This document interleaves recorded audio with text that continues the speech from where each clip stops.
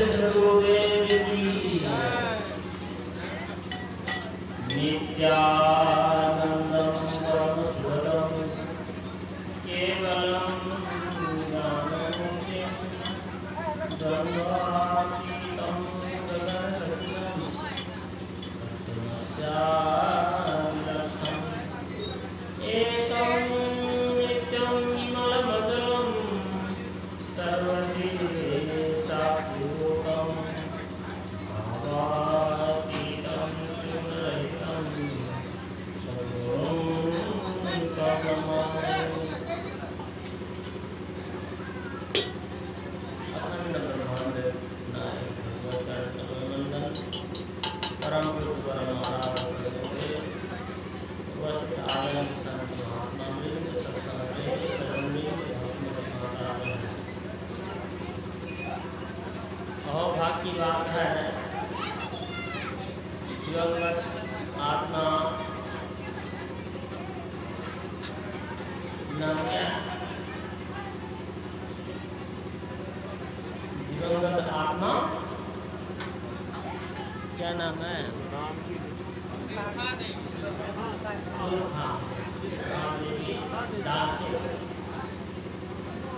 इस अररिया जिला सतवेर गांव के अंतर्गत और उन दिवंगत आत्मा के सुपुत्र बालेश्वर राज जी और छोटे भाई ना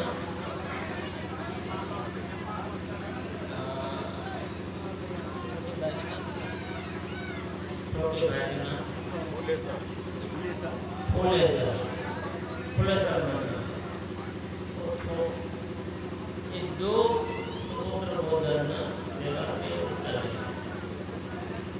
तो यहाँ बात विषय प्रवचन की विषय तो बहुत है, लेकिन जो प्रासंगिक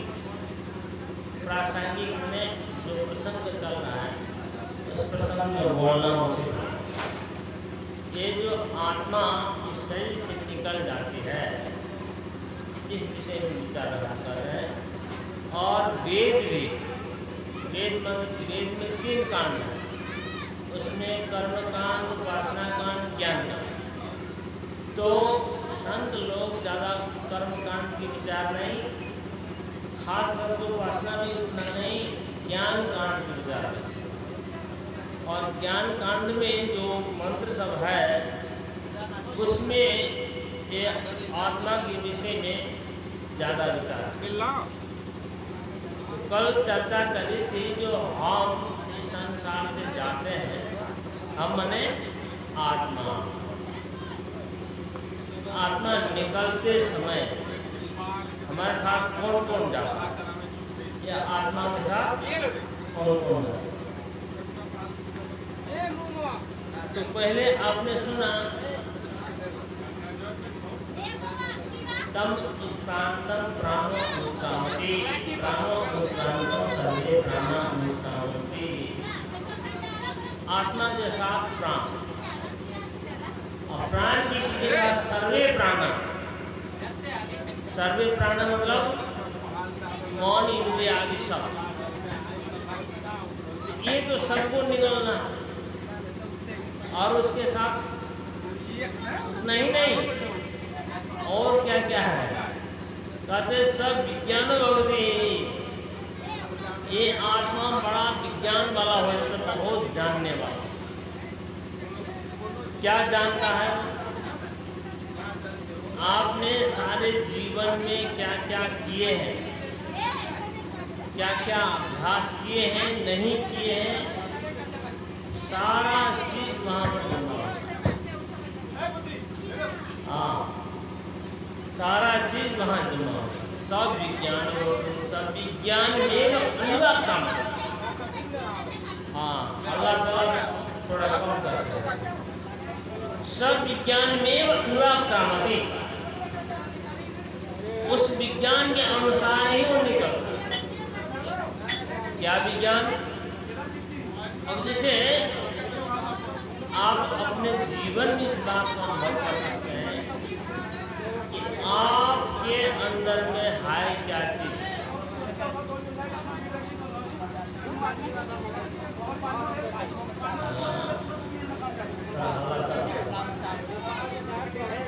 अभी हालत ज्यादा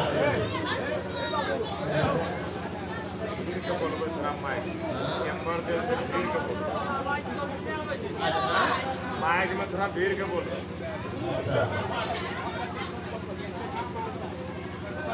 अच्छा, तो सब विज्ञान की सब विज्ञान में अनुवाद करोगी, विज्ञान के अनुसार ही वो निकलता है। और विज्ञान के अनुसार कैसा निकलता है? तो मैंने कहा था आपको कल, नियमियम वापि स्मरण भावम तेरंति अंते कलेवरम तम तमेव समाप्नोति नान्थास्ति शास्त्रम। श्रुति का कहना है, वेद का कहना है, जो जिस भावना से आप निकलेंगे अंत में आपको जैसी भावना होगी उसी भावना के अनुसार भावो ही भव कारणम, भावो ही भव कारणम, भाव ही संसार का कारण। आपका कैसा भाव, किस प्रकार की भाव है? देवत्व भाव है कि मनस्वत्व भाव है कि पशुत्व भाव है कि असुरत्व भाव है? किस प्रकार की वृत्ति है, किस प्रकार की भाव है, उसी भाव के अनुसार आप निकलेंगे। एक मृत्यु के विद्या, हम कैसे मरेंगे ये सीखने की विद्या। जाना तो अवश्य है, जाता से ध्रुव तो ध्रुवम जन्म मृतस्य, जो जन्म लिया है वो अवश्य जाएगा। कि रुकेंगे कोई है संभव? और बात हो दुनिया में संभव हो सकता है, लेकिन ये संभव किसी ब्रह्मा विष्णु नहीं है। हाँ, ब्रह्मा विष्णु भी है, गए कितने अवतार लेके गए, हम लोग को एक मच्छर के भी बड़ा है।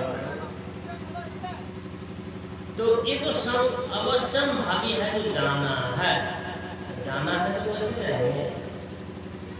इसीलिए शास्त्र आपको सिखाते हैं, बताते हैं कि हम लोग इस संसार में बहुत बात है, कला विद्या बहुत बात है, जीवन यापन करने के लिए, यश प्राप्ति करने के लिए, पद मर्यादा के लिए बहुत बहुत बात है।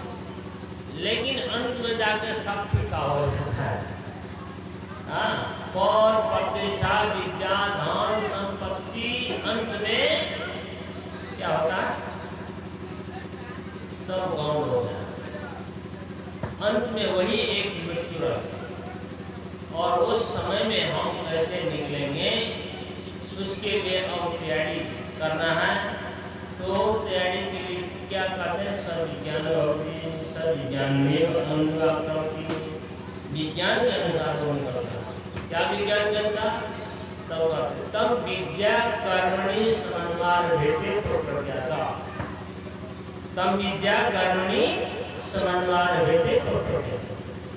विद्या, आपने जो जो विद्या हासिल किया, जो जो सीखे हैं, जो जो कला कौशल है। अब देखिए, मैंने एक दृष्टांत के लिए मैं बताता हूँ। मैंने बांसुरी बजाया, बांसुरी तो बाहर में है, हारमोनियम बाहर में है, ढोलक बाहर में है, लेकिन बांसुरी हमारे अंदर में है कि नहीं है? हारमोनियम है कि नहीं है? तो अंदर में है तो बाहर बजाते हैं, है ना? अंदर में है तब हम बाहर बजाते हैं। यदि अंदर में न हो तो बाहर नहीं बजा सकते। और अंदर में कब हुआ? जब हम बाहर में अभ्यास किए, बाहर में हम अभ्यास किए तो धीरे धीरे वो अंदर जाते जाते और वो अंदर में सूक्ष्म रूप में अवस्थित है, जिसको सूक्ष्म शरीर जाते हैं। यह स्थूल शरीर के द्वारा हम अभ्यास करते हैं। ये सारे संस्कार जाकर के सूक्ष्म और कारण से ये हमारा जो विद्या कला कौशल है सब ये सूक्ष्म और कारण से जाकर बैठा और सूक्ष्म कारण से फिर हम स्थूल शरीर से निकालते और ये जो शरीर जब हम शरीर छोड़ कर भी जाते हैं तो कौन से शरीर छूटता है? स्थूल शरीर। ये स्थूल से छूटता है और सूक्ष्म और कारण से दोनों साथ में और फिर दूसरे शरीर को हम जब पकड़ते हैं तो फिर स्थूल से तो और कैसे करता है देखिए दूसरा मंत्र बता रहे हैं हम कैसे निकलते हैं वहाँ तद यथार्थ अन्नम घृणम आत्मते एमेवाय आत्मा इदं शरीरं निहत्य अविद्यां निमित्वा अन्नं शरीरं आत्मते। दृष्टांत किसका दृष्टांत देखिए संसार में इतनी जीव जंतु है कीड़ा पतंगा है उसको भी वेद में दृष्टांत तीन जलायु का घास के जो घास को खिलाते नहीं क्या कहते हैं अरे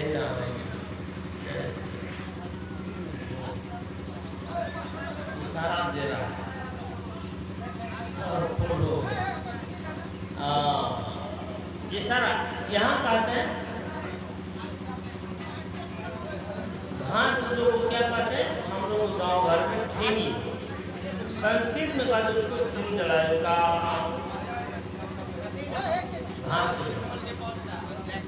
तद यथार्थ जलायु का तृणसंतम तत्वा घास जो क्या करता है ऐसा लप लप करता है। मैं तो पचीरा आने से पहले हमको मालूम ही नहीं था घास मतलब जानता था पर पानी के रोग को बचपन से देखा था घास को नहीं देखा वेद में पढ़ा था शास्त्र में पढ़ा था तीन जलायु का घास के जो कैसा होता है यहाँ पचीरा में हमारा